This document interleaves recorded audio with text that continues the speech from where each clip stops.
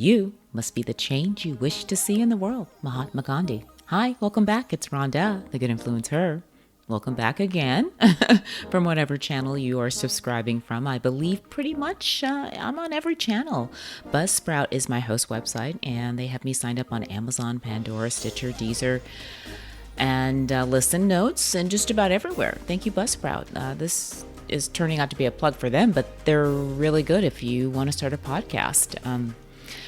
I just want to review what we chatted about last week about envy. You know, I should have named the show The Envy in Me. That's really what we were talking about, how you have to have the awareness that you are prone to being envious and how to combat it so we don't travel down the road of bitterness and controlling our reality.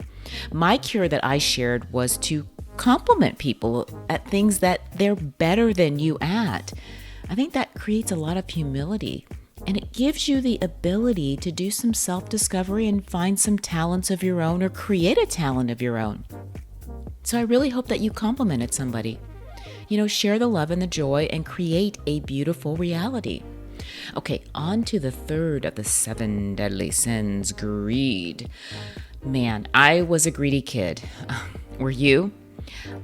It's really okay to admit it, so let's talk about it. Here we go. Episode 4, Greed. Less is much more, so more and more is overwhelming, painful, and really nothing at all. I know you've all heard the saying that less is more and more is less, or more or less, right? Sorry, trying to make a joke there. Well, in my past, in my immature mind, I would rationalize away the saying to be totally wrong. How could you not want more or need more, and more like money, right? Unless it leaves you unprepared and insecure.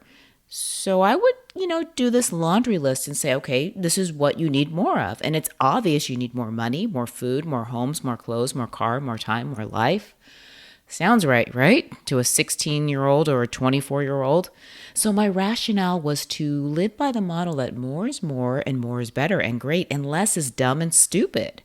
I was greedy. Although in my mind, it felt like I was being pretty practical. I don't come from money, and I saw an experience by living and putting pennies together, to make $1. What's that other saying? Remember, you make $1 out of 15 cents? That's some song or something that I remember from my past. My formative years were living a life that I was conditioned to believe the struggle. And then I met this wonderful friend in high school. I went to a public high school, so she really had no business being there. Christy V, we'll just say that. And I really wish I could find her today. I bet she's doing great. She was just always full of giggles and just so self-assured. But one day she leaned over to me in class to borrow my notes for 2 weeks because her family was going on their annual trip to Acapulco in December. I was like going, what family pulls their child out of public school to go on a vacation for 2 weeks? That doesn't make any sense. But I said yes. And then she said, hey, do you want to ditch class and go to Duke's and get a hamburger? And I really hadn't ditched class before, but I was really intrigued by this 2-week vacation. So Christy and I snuck out and we got to her car, and this was a sports car. I had never seen a Porsche. I didn't know what a Porsche was. It was a Porsche 944. It was light blue. It was a 2-seater. And we sped off to Duke's. I didn't know that this kind of person existed in a public school. My eyes were open. The next week, Christy's sister came to pick her up. And I said, Christy, I think that lady's here for you. She goes, that's my sister. She's taking me out. We're going to go to lunch and get our nails done, but I'm just pretending I'm sick. I remember looking down at her sister's feet, and I saw her shoes, and she was wearing mink high heels. Oh my God. My eyes were open to money. I knew this was what I wanted. I needed to be rich. I was hooked. Money, more money. Money could solve my problems for me, everyone, and everything around me. I was focused on making millions of dollars. Greed, a sin of desire. Greed, an artificial, rapacious desire in pursuit of material possessions. I was seeking tons of material possessions to make my life worthy. Can you imagine how I was really feeling inside about my life? And the more and more that I pursued my greed, the more hollow my life would become, until I was angry, self-loathing, and hating God for being so unfair to me.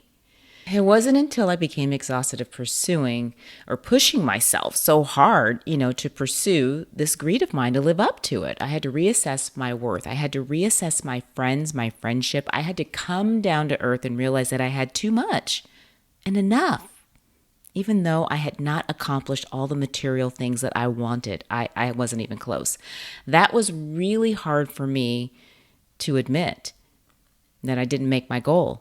I was still mad and angry and filled with tears because I like to accomplish goals. I like to get the prize. It took me a minute to understand that the prize I had won was now the journey of searching for the real me, to fulfill my soul with tangibles like love, appreciation, compassion, education, self-love, self-care, and self-respect. Somewhere along the lines with greed, we lose our self-respect for sure. I learned that others' opinions had to stop mattering to me. And it didn't matter whether you said I was a nice person, a pretty woman, I did a good job. I didn't want what you said about me to make me feel good or feel bad. I wanted to feel good on my own. I wanted to be in control of my own emotions. That's a really good tangible. It really didn't matter if you said I was pretty. I didn't want to need it from you. I wanted to need it from myself. That's really powerful.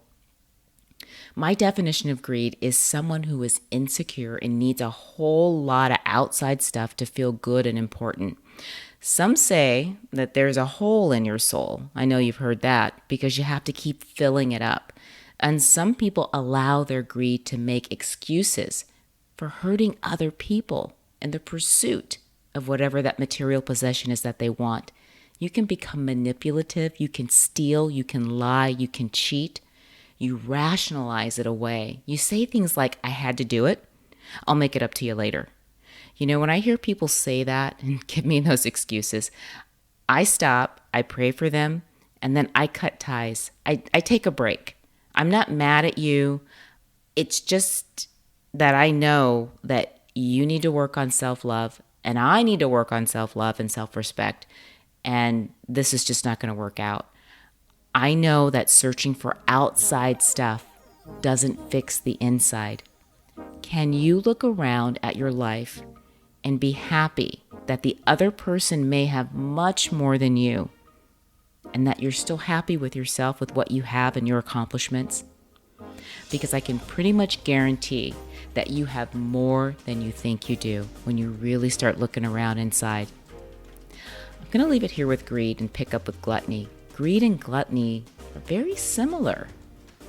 We'll chat more about feeding the soul or providing nourishment. There's a big difference. Thank you so much for listening.